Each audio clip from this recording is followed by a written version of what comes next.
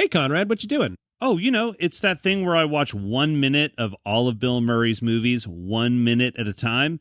In 80 days, I will have watched 1 minute of 80 of his movies. Oh, that sounds like a super waste of time all the time. Jono, why are you acting like this is the first time we've talked about it? We have this conversation literally every single day during my Bill Murray Minute Mondays mornings. I have to do it again. Oh, hey, Conrad, what you doing? Oh, just watching my Bill Murray. Wait a minute. Are you stuck today inside a Groundhog's Day again today? Hey, Conrad, what you doing? Looks like one of us has to learn a valuable linship about friendship and or society. Is it valuable linchpin? Oh, hey, Jono, I'm just watching my Jono, are you stuck in a Groundhog Day morning day today?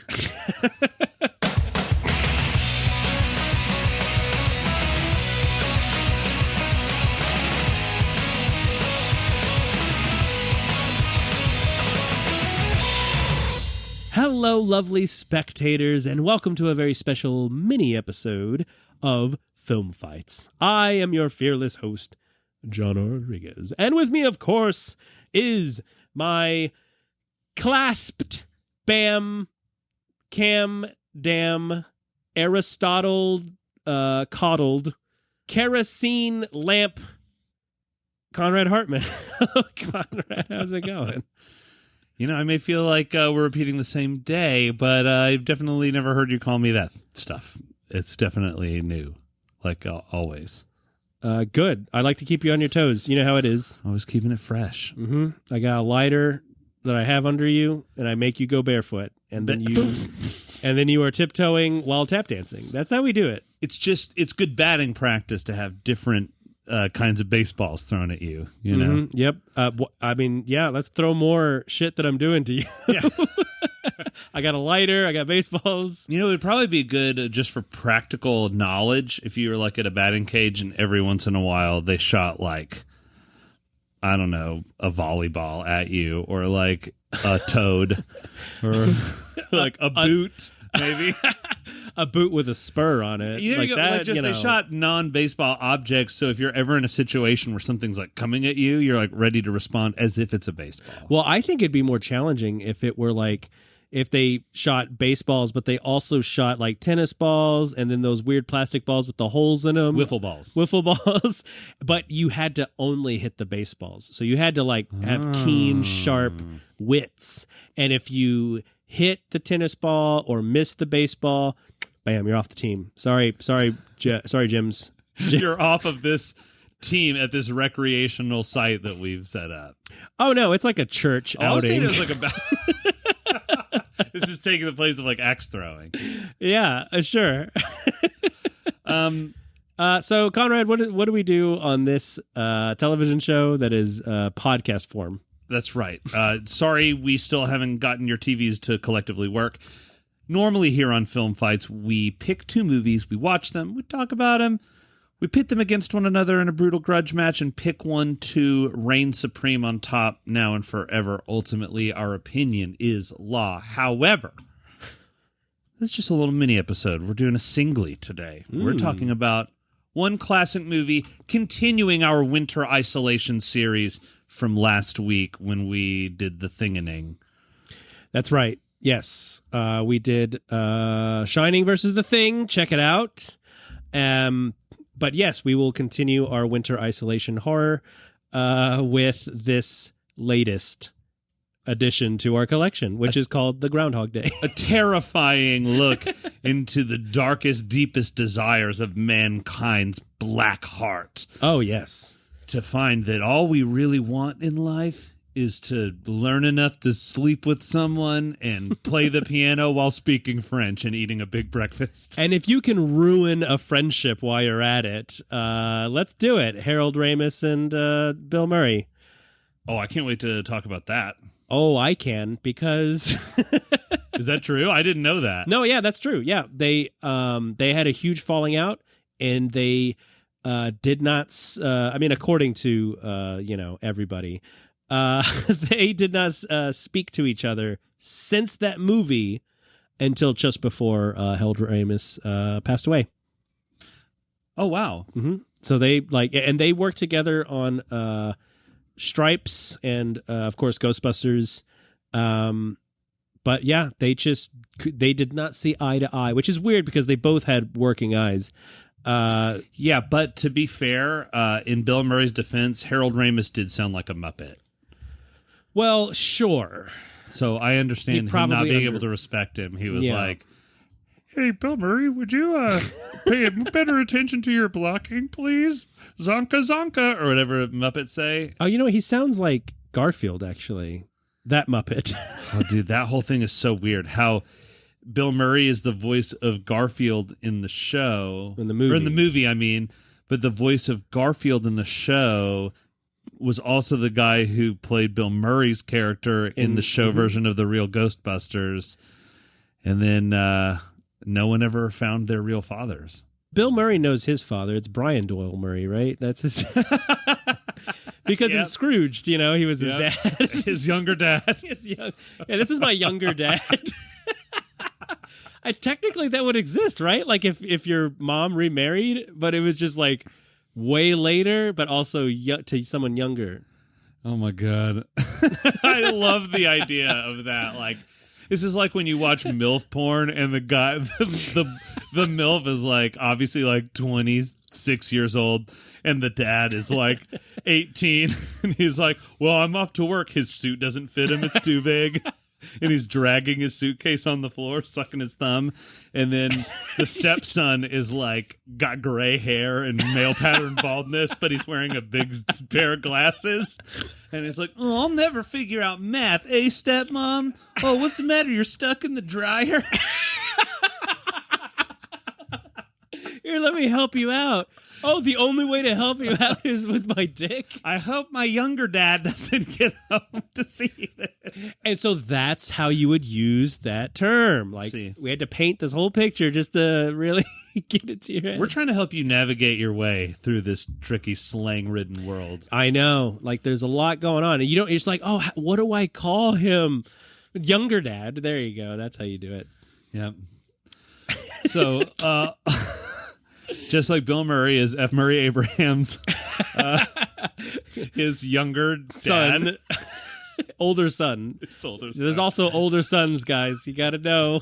But we'll talk about that on another episode where we're supposed to be talking about a movie, but instead talking about older sons. Specifically talking about you truckers. You know what we're talking about. You go to a lot and you see those lot lizards roaming around. They're a bunch of older daughters. You know what I'm saying?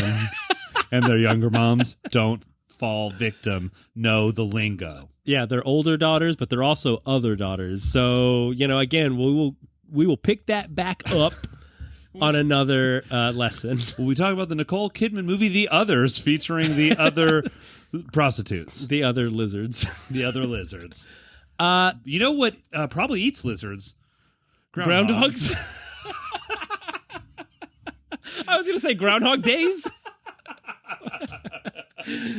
Well, Groundhog Days will eat away at your lizard's feeding schedule, Well, they'll eat away at your time because you're like, I don't give a shit if there's a shadow or not. That's not, I'm going to pay attention to the weatherman. He's probably no more. But Jono, this movie begs the question, what if you are the weatherman? Oh, yes. And all you have is the source, the groundhog. Now, yes, let's get into Bill Murray's interpretation of a weatherman.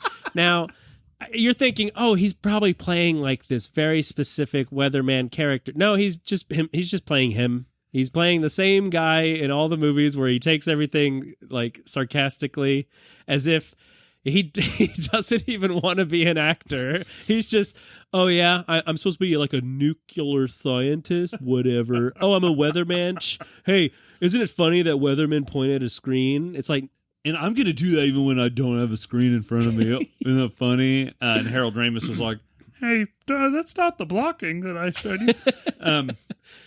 Yeah, I see him in this movie, and I feel like this is what Bill Murray is like in real life. Like, this has got to be what he's like.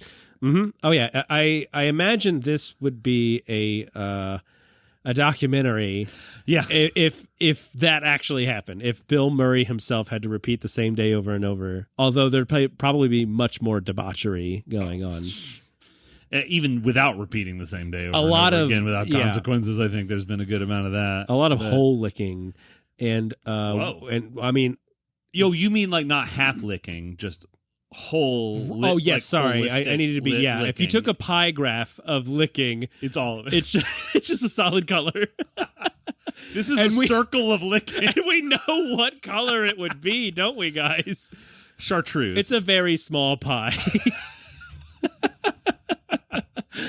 It's more like Dippin' Dots, only flat. And we know who's doing the dipping. It's old Bill Murray. Bill Girly. Bill Girly. His female alter ego. Oh yeah, like the show Loki, where it's like, oh, here's Loki, boy Loki, and here's lady Loki, and here's Heike. Oh boy, well, Heike and get the fuck out of here. Nailed it. No, you didn't. You stapled it, and and it was a loose hanging Chad. Yeah, Bill Murray's such a dick in this movie. But I mean, it's to the benefit of the viewing experience. Oh yeah, I just mean his character is a real dick in this movie. Oh sure. Yeah. So we all know the story of the Groundhog Day. It stars Bill Murray as Garfield, and he comes to this town. He's like, "Oh, this town. Where's my lasagna? I hate Groundhog Day." We're in Puxatawny. It's only casseroles, no lasagnas. Groundhog casseroles. Well, like he's throwing. I'm thinking like he's throwing casting rolls. Like you cast the first roll. Oh, like a fishing time. Yeah, I was thinking a food fight at Old Country Buffet, but sure, yeah. Oh man, I love Country Buffet. You go there. Okay, this is what you do. You go there. You ask for Sam. She'll fix you right up, and you get the biscuits and gravy, the sausage gravy, not the regular. Why would you do that? Biscuits and gravy with the sausage, and then that's it. That's all you need. Now, here's the deal, Jono. Yeah, you're stuck in this town every day for decades. Are you getting the same thing, or some days you changing it up, getting like a slice of turkey loaf? I will tell you. Okay, I'll tell you this right now, and I'll tell it to you at no charge. You go there, you ask for Sam. She's always going to be there because you're reliving the same day. You get the biscuits and gravy with the sausage, okay? Don't change it up. You know why? Because you will regret it. Because although the day repeats, you do not. You will have a different shit in the next morning. And you don't want to risk getting the tangerine salad. I like that you say risk it. Like it's... Like you're going to live through every day. Don't worry. But I swear to God, if you put 1 ounce of vitamin C in your body at breakfast, it's going to go south. Well, you know what? Let's talk about the physiological... The mechanics, the physiology. So the world... Okay, so the world, everything outside of Bill Murray happens, it resets, right? He destroys the clock, it's fixed. He has sex with a lady... She no longer has venereal disease the next day. But Bill Murray, he retains the thoughts. He remembers, right? Now, that means his brain does not reset. Does that the same go for the rest of his body? So, like, if he ate enchilada pancakes at 3 a.m., will at 6 a.m. when he wakes up, will he make a quick dart to the toilet, or will he wake up and be like, oh, that's right, I didn't eat anything last night? I think since it resets, yes. Now, if he's worried about a diarrhea situation, he can just shove it out the night before, and as long as it happens before 6 or before he falls asleep or whatever... He just has to hold it. He has to either hold it or and then like... it disappears. Yeah, because he doesn't want to like have it half and half. He doesn't want to paint the bowl. And then, the next day it's clean again. Because he doesn't know what's going to reset it. So what if he's like, fuck it, and he just like pisses in his... He gets so drunk, he just like pisses all over his bed, and like he's eating pizza and like intentionally not even worrying about how much of it goes in his mouth. So it's like getting on his bed and it's caking on. He's throwing caviar at the wall. Well, there is a scene where he has the whole table full of food, and he's just eating at reckless abandon. And he's smoking a cigarette while he's eating, which we've talked about before. So gross. Yeah, it's hilarious. But what if he did that, and then the next morning he wakes up and he's like, oh shit, it didn't reset. I somehow made it to the next day. So like he gains weight. The hotel's like banging on his door like, you threw a pie at our bellboy. I don't know why they're French, but... Was that French? You are throwing the pie at our bellboy. Now it's like German or something. Yeah, well, they're from somewhere weird, and they're mad. Puxatawny. That's right. Well, that's what I wanted to know, because like he knows. So that means technically his nails should be still growing, his hair should still be growing. He should be like gaining the COVID-20, as we all did, right? You know, you get a little plump, you fill out. You the jacket that was loose yesterday is now snug, as they say. But that doesn't happen. It seems to be brain only. So, because like if he gets slapped or if he dies, that resets. He commits suicide in like really gruesome ways. Well, it doesn't show it, but unfortunately, we know. Yeah, you could possibly make a recut, like supercut of the suicides in Groundhog Day and make a pretty good like Faces of Death. Not really. Movie. There's no blood, or I say if you recut them. In fact, cut back in the blood that they cut out. Well, sure. All Bill Murray's clones that they killed in the making. The clones. Oh, so this is like that's Moon. how they make movies, Jono. Oh, they didn't have CGI back then. They pull them out of the package. Yeah. You know what, though? I will say, as someone who likes to eat, which you can tell. All right, this is an audio podcast. You can believe me. I can hear your girth. It's in my breathiness. Yeah. And the way you when you tell a joke, you just kind of go, you ever lose your breath while eating? Anyway. It's embarrassing, right? But as someone who likes to eat, I am like, you know what? No consequences. Yeah, I'm chopping down booze and a bunch of cholesterol at breakfast. I'll be like extra lard, toss your boy a cigarette wrapped in a cigar. Dipped in heroin or whatever. Oh, no, it's a heroin-free county in Puxatawny. Okay, sorry. Roll it in cocaine then. Okay, yeah, they got plenty of that. Yeah. I'm like, hey, is it going to snow tomorrow? To the bartender, and they're like, oh, yeah, well, we got to see if the groundhog says yes or no. And then you're like, wow, I must be really high. And then I'm like, oh... So maybe the groundhog will come by later, wink, and they're like, you're cut off. Slide me my bill. Well, I get to try again tomorrow, Groundhog Day, baby. No, and then he grabs him by the old-timey tie, and then he pulls out a knife and goes, looks like you're cut off. And then he tries to cut his head off, but instead he hits his own arm because he's high as a kite. So the joke still works. He just cut his own arm off. This is something that I wonder about my own morality when I watch movies like this. Is I think about the way that I play first-person video games and what a horrible, reprehensible person I become when there are no consequences. Oh yeah, you just go. It's like Grand Theft Auto.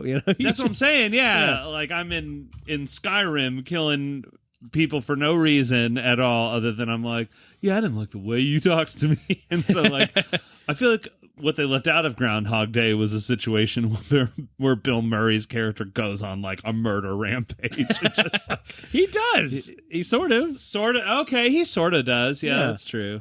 He murders at least two people, right? Not as violent or he as murders a groundhog. He just shove people around and is like, I'm mean. It's Groundhog Day, and I don't like it. Well, I mean, he could be attributed to a lot of manslaughter charges, if you think about it, because remember when Mr. Phil Groundhog Man, Brian Doyle Murray, remember when... his younger dad. Remember when BDM was choking on a steak or whatever in the restaurant, and then Bill Murray, his son, gives him the Heimlich to save his life? Well, that means... he probably would have died, right? Yeah. Which is why you don't see him later in the movie during the non-him saving him times. That means he had to have saved him every day. And then he also tried to save the homeless guy, and they saved the kid from the tree. Can't save everyone, You can't save everyone. You don't have time. Yeah, even Superman has to let a few people die, Hey, listen. It happens. Yeah. I want to see one where he's like really one of the Groundhog Days in like the Supercut fan edition, director's cut, Snyder cut. The Ramis cut, where he sees his younger dad choking on steak or whatever, and he's so mad he goes and like holds his hand over his mouth like gags him with a napkin, and he's like, "No, look at me in the eyes. I'll let you fucking die." No, more crazo is if he went over there, saw him choking, and then he just like stood like a column, like staring him down, and then everyone was like, "Oh my god, wait, do you know the Heimlich maneuver?" And he looks at her and goes, "Yeah, I do." And she goes, "Why aren't you saving and he just him?" Starts pissing. And she goes, "Why aren't you saving him?" And he just looks at both of them and goes, "He knows why." And then, yeah, his last gasping breath as he turns purple, he stares at the cold, dead eyes of Bill Murray as he dies. What a wacky movie. Yeah. Yeah, right? This is a comedy. Yeah. That's not all, folks, because also Bill Murray has a romantic interest in the way of Andie MacDowell, who is a national treasure. And she's a delight, always. Yeah. Mm-hmm. Yeah, I mean, this movie is a great way to learn how to, if you're able to bend space and time, you can, or if you're able to live every day, you can bend the world to your will. There you go. Yeah. And so you can manipulate like whoever you want if you learn enough about them and trick them into liking you, even if they don't actually. Oh, but see, that's the thing is it was easy to fool redhead redemption who was all ready to be effed by Bill Murray. Oh yeah, because she was like, she had a leaky gasket for sure. Because she just needed like, oh, you know, I know who your teacher was in school, and then she's like, oh, let's go to my place. Like that's what that was, and yet. And yet he tries to do that with Andie MacDowell, does not work. Oh my God, that's hang on, yeah. Hey, I know your teacher. Oh my God, whoa, we gotta get out of here right now. I get it right my now. mouth is way too empty. Andie MacDowell's like, I'm a classy broad. It takes most of a night, yeah, to get into my pants, and you got to know. Both of my favorite high school teachers. You got to know how I drink my drink. You got to know how I read my reads. And you have to know about my parents. They died. And you telling me about it will definitely help your chances of me getting into bed with you. Yeah. I will maybe sleep with you if you also order vermouth on the rocks at a bar that probably has disgusting vermouth. Oh, yeah. I'm surprised they had it at all. I'm surprised you're not acknowledging my spot-on Andie MacDowell.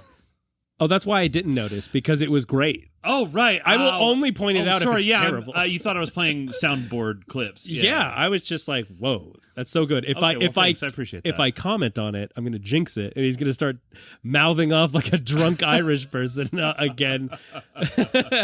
He's going to mouth off like Chucky or Jack Nicholson.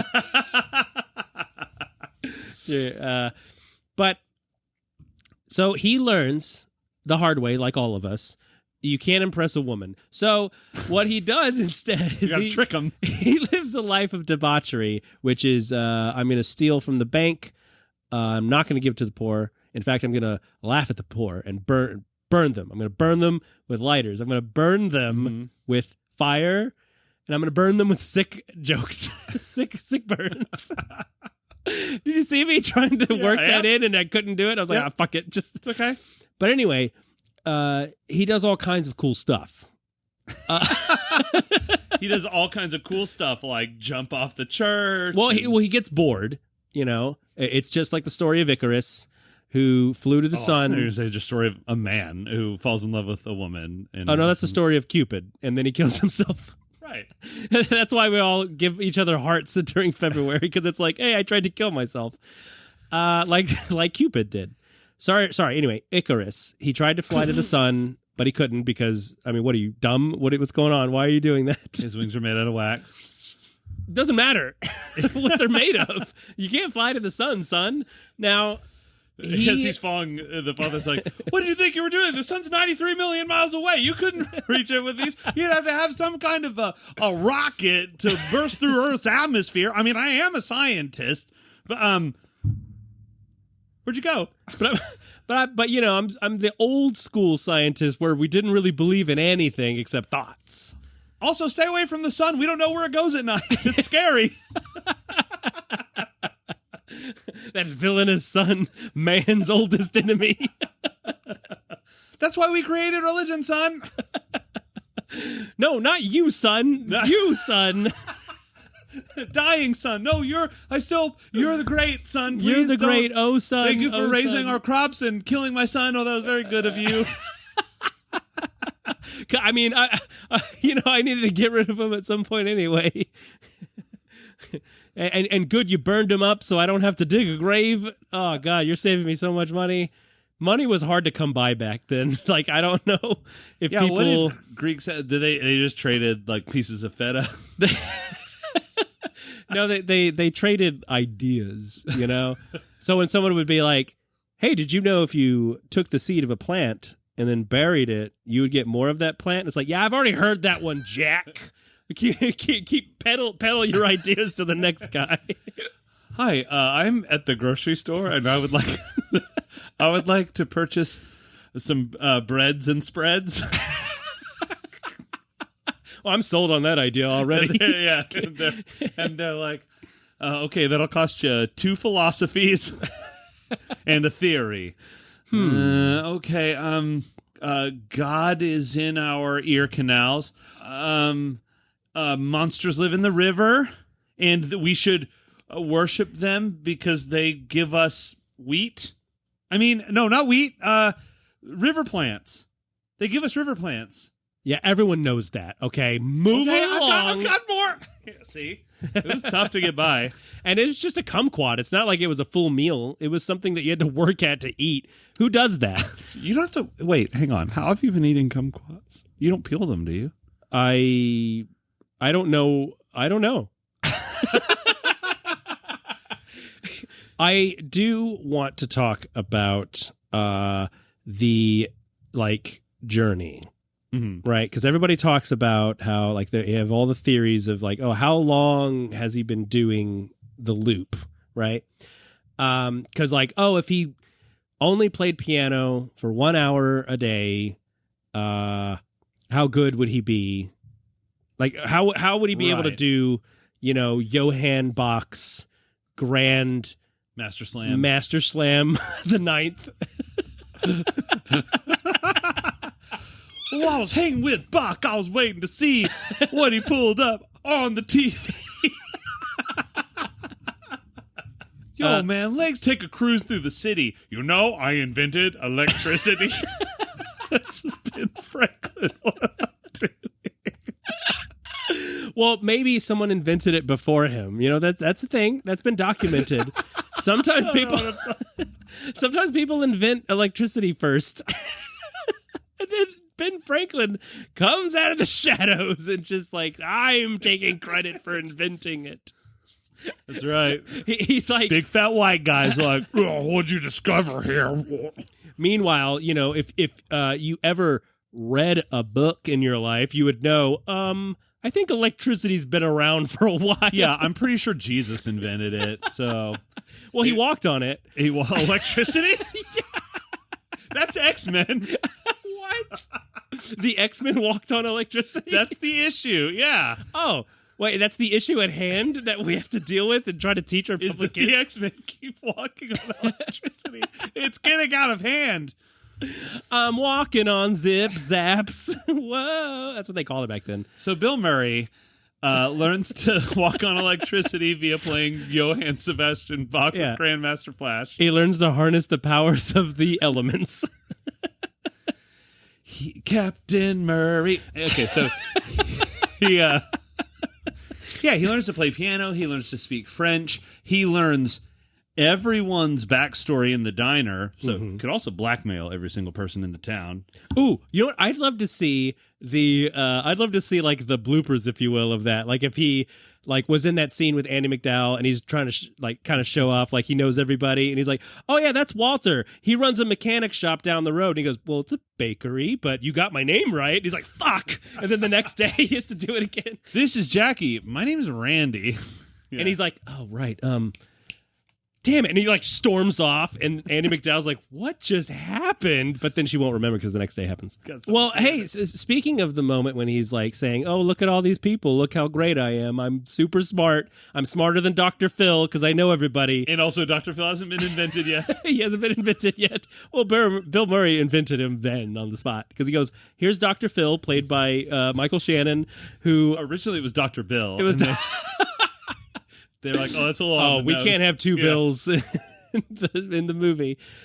So Michael Shannon, this is his first role in a movie. Best known for playing Lex Luthor. I mean, not Lex Luthor. Playing Zod. Superman bad guy Zod. Well, in the Man of Steel. Not to be confused by Zed, Men in Black. But he's also in a bajillion movies, and I'm not going to name a single one, so don't worry about it. Now, Iceman's so good. The movie or Val Kilmer? The movie.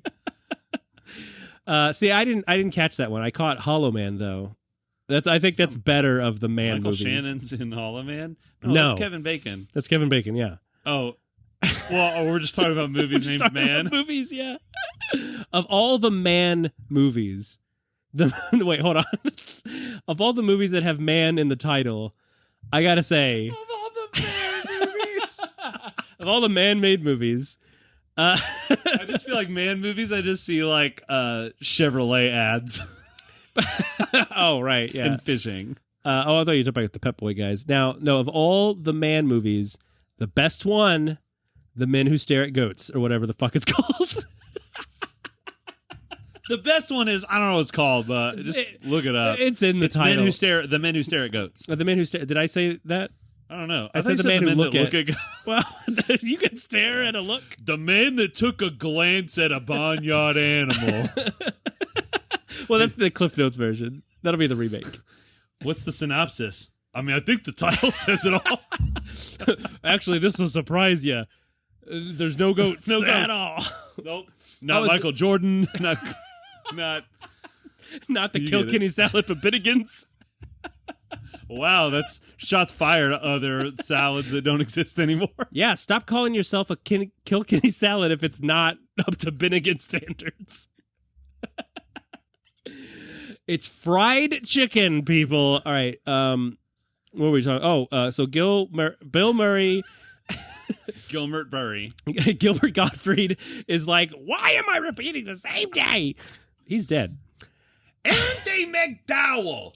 A real piece of... Yeah. But then he realizes that, he's living so empty, and that's why he's repeating the day. Or he just gets bored and is like, I guess I'll try being nice because it's the 8,000th day I've lived through, so I might as well try something different. Well, yeah, there's only so many times you could be depressed. I know, as a person who's depressed, there's only so much you could deal with it yourself. You get to a point where you're like, oh my God, this is so boring. All I do is cry on the ground in the fetal position. You know what? I'm going to try to help someone out.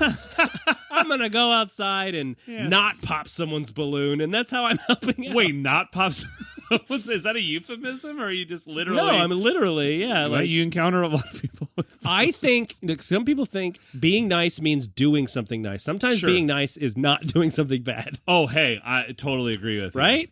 I think that people don't give me nearly enough credit for how mean I'm not being.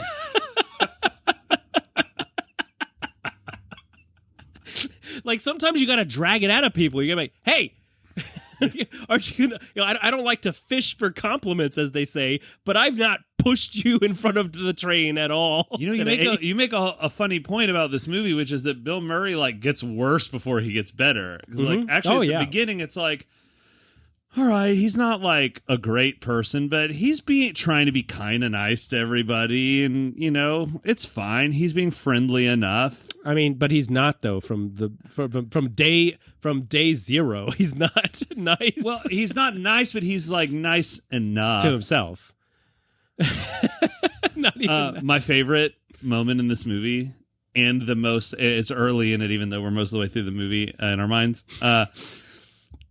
Is when he's talking to innkeeper lady, Mrs. Havisham or whatever, and she's like talking to him about the weather, and he gets real all sciencey, and he's like, meteorology is going to happen here, and then winds are going to be here. Yeah. And no, he's not pulling anything down. He's imaginarily. Oh, and he's like, here's a tornado happening. And right now. So all the snow's probably not going to make us miss our drives out of town.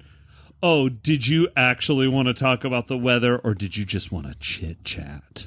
And she's like, chit-chat. And he's like, great. He's like, that's what I thought. Now go back into your troglodyte cave, you fucking Philistine. Now, if you don't find me a cappuccino with non-fat foam in the next 3 seconds, I am going to kill your family. And I'm going to make you watch. And then I'm going to eat the groundhog whole live. Which is a much more sexual experience than you're likely expecting. Back to you, Johnny, or whatever, Tim. My name is Jono. So what does Bill Murray do in order to not only win the affections of Andie MacDowell, but also break the horrible curse of Groundhog Day? Be sneaky and yes. learn a bunch about everyone. Yes. Fix an old lady's flat tire. He bees good. He bees good. He bees good. Always be good. You know what they say in the, yeah, everywhere. Coffee is for gooders. You know what they say in the Bible? Always be good and sacrifice your kids to the sun. Oh, and by the way, all that's null and void if you don't cut the tip of your penis off. Yes, be good. Cut your penis off if you have one, and also throw your children into the sun. And then, and also listen every now and then. Bill Murray. I don't know why I'm throwing G's in his name. There's something Garfield. That's probably. Oh my why. God, are you ready? We're gonna open a restaurant that serves Thai and Indian cuisine and only shows the classic Bill Murray films, and we're gonna call it Bill Curry. Yeah, we were all ahead of you on that one. I think. I don't care. I still have to say it. Wow, I think the pure joy that it's bringing you is probably worth waiting for it. Like, there's nothing else clever about it. It's just Bill Curry. That's it, Bill Curry. Hey, do you want Bill Curry tonight? No.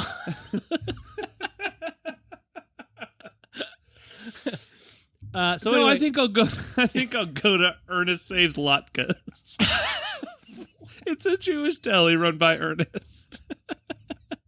Yeah, I know it doesn't rhyme. He's not smart. Well, I also need something fancy to put the food on. Let's go to Andie MacDowell's. Oh, there you go. All right, yeah. Say, not as laugh girthy, but probably more clever. Now, wow. I'm just kidding. And then we can wipe our hands off on our Andie MacDowells. See? Oh, yeah, you were using my thing. Yeah. Oh, we can garden with our Andie McTrowels. See, it's an easier word to rhyme with. And then if you're having stomach problems, you need to go to Andie MacDowell's.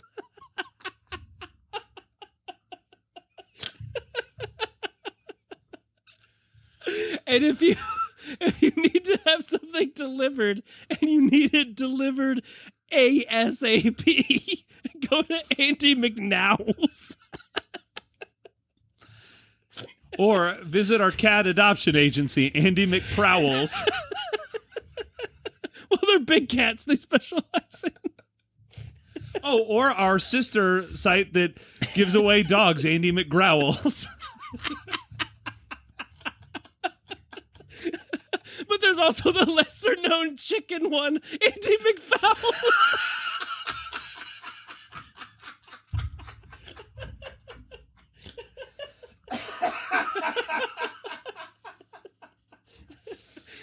Okay. All right. All right. So he learns to be manipulative and make snowmen and be nice so that Andie MacDowell will have sex with him and the next day can be.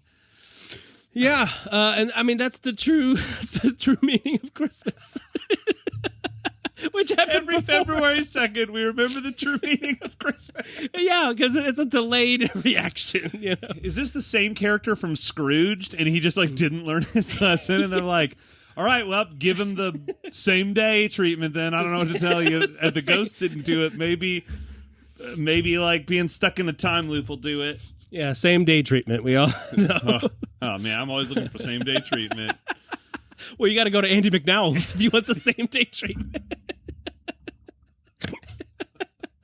I need to get my little plastic surgery done. No. I gotta go to Andie MacDowell's. My skin tightened up a little bit. Well, if you're really excited about the preservation of endangered species of a specific type of animal, you go to Andie MacDowell's.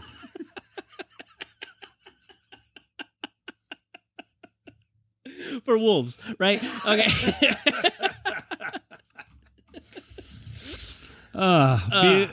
Be nice to get what you want is what this movie's teaching us. Exactly, and we learn it through Garfield himself, Bill Murray.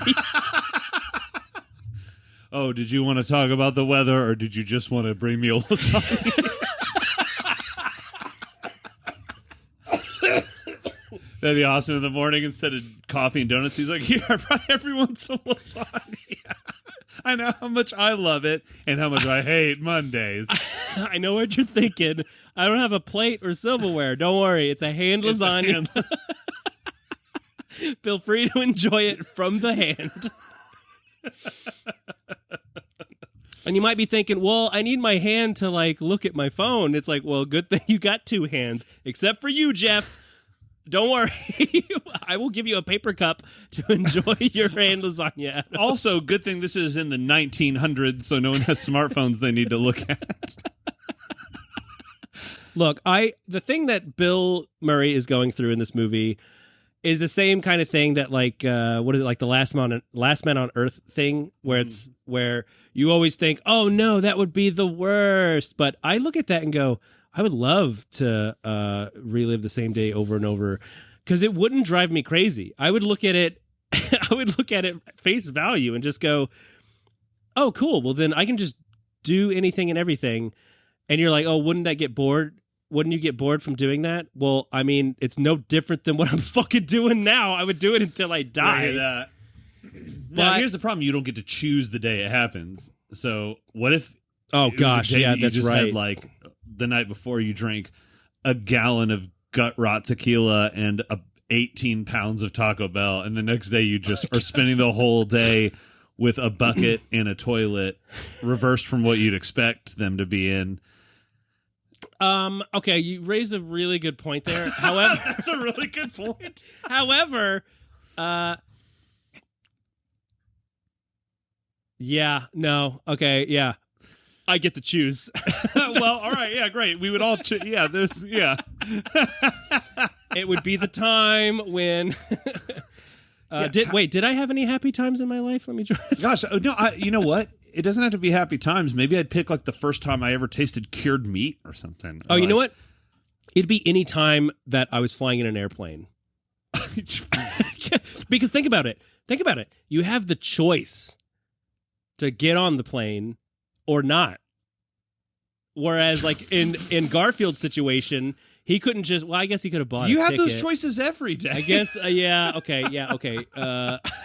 Unless it's a day where, like, oh no, I'm repeating the day where I got punched in the ribs by my high school bully, and then he wrote pee-pee pants all over my locker, and then I went home and ate cold porridge. Well, I mean that was my name in high school. Cold porridge? I changed it. No, my name was my full name was Perry Pants.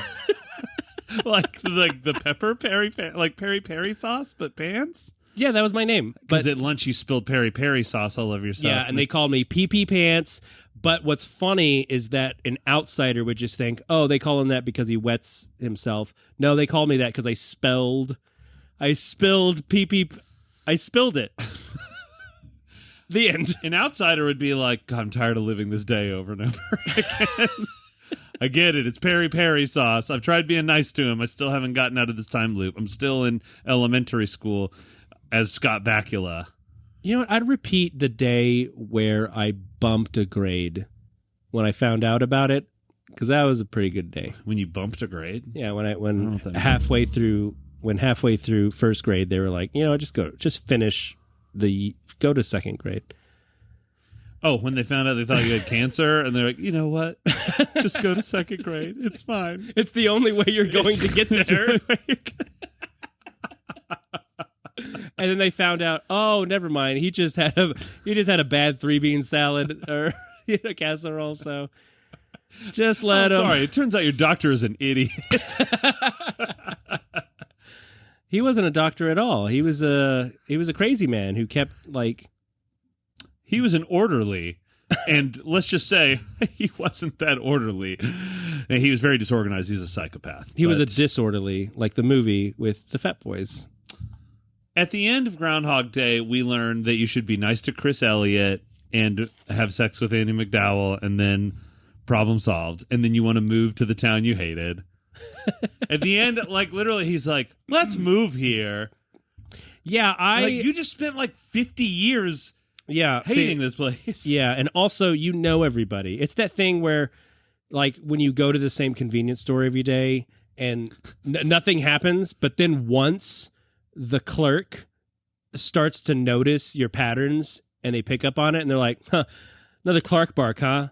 And it's like, well, I guess I have to go to another convenience store. I don't need to have this fucking exchange. Yeah, heaven forbid I make a human connection with this person behind the counter that I see every single day, that I see more than my family. Took the words out of my mouth. Heaven forbid, yes. I just don't want it if they're like making comments about what I'm, if they're like, studies show that eating too much beef jerky is bad. Like, all right, leave me alone. Okay. Or if they're like, I printed out this pamphlet for you about dairy consumption. I notice you eat a lot of cookies and cream drumsticks, and I'm concerned about your health. It's like, I don't need someone caring about me all of a sudden. Certainly not from a stranger. What kind of game is that? Yeah. But Bill Murray bucked, the expectations and decided to have a brain, and his heart grew 3 sizes that day. And he said, "Merry Christmas to all. God bless us, everyone, on this blessed Groundhog Day, except for the groundhog, which we will be carving and eating for dinner tonight to celebrate Groundhog Day." Mm-hmm. Happy times. Happy lasagna times. Yeah. And then the movie ends, and everybody is happy about it except for Harold Ramis, because he lost a friend. And any chance for Ghostbusters 3. Oh, you look cold, female love interest. Let me get you your Andie McShawl. Let's wrap things up, shall we? Oh, like in a shawl? Yes, that's what made me think of it. Or a burrito. Oh, you ruined. Just like the burrito does to your digestive tract. Well, at the end of the day, Jono, Groundhog Day is a movie that I would watch. Is a movie. Multiple times. Oh. Do you feel like you get deja vu when you watch it? You're like, I feel like I've seen this part where he turns the corner and Ned Ryerson is there. Oh, yeah, I feel like I saw that. He's like, remember me, Ned the Head, or Needle Nose Ned, or you use a... Remember me? I was voted most annoying person ever. Well, I gotta say that this movie earns, for me, 3.5 angry shadow seeing groundhogs out of 5.3. What's the 5.3? That's how many groundhogs. Oh, okay. The 0.3 is what's left over after one of them got ran over. So you got a 0.3 of a groundhog. Well, because he's still kind of alive, and he can see like his head's shadow when he looks like this. Oh, God. It's very bleak. Hey, man, life's tough out there for a G. You know what? Groundhog. I give this movie 5 Michael Keatons out of 1 Malcolm McDowell. Out of 1 Andie MacDowell. My little droogs. I am, of course, referencing Multiplicity for no reason other than the fact that we all know, if you've seen the movie, 5 Michael Keatons aren't, it's more about like a 3.5, like your rating, You know, folks, if you would like to hear us blather on more about multiplicity in a future episode, or if there's another movie or battle you'd like to hear us talk about, be about, why don't you drop us a line, battles@filmfightspodcast.com. I'm assuming that you have rated and reviewed the show, but if you haven't, please do. Make sure you're following us on Instagram and Facebook, Film Fights Podcast, you silly gooses. Don't repeat this day over and over again unless it's the best day of your life, in which case be a real dick so that you get to repeat this day a lot of times. Yeah. Don't be a real Ned Haversham or whatever his name was, Ned Ryerson. We just said it. I completely forgot it. Remember Needy Ned? Yeah, needle-nosed needy Ned who needed a Nedrigal friend. I'm not needful Ned, I'm needed Ned. So here's my card. Where are you going? Listen, I've never needed a Ned. I've never needed a Ned in my nearly 90 years of necessitating life. I'm the Nedless Horseman, and I need a Ned now. So I need a Ned now. So call me. Wait, what? No, call you for me. Welcome to Ned Talks. Where we have guys from your old high school talk about things they believe in. It's mostly white supremacy. Well, no, that would be Night of the Living Neds. And then Return of the Living Neds, and then, you know. I just see it, yeah. Ned Talks. It's like TED Talks, but people who went to your high school talking about things they think they know a lot about. So it's mostly men's rights. And if, you know, and if you needed someone to help you sort it all out, there's the Ned of the family. He could help you get all the Neds together. Oh, my God, Jono. We're reliving the same joke over and over again. Bye!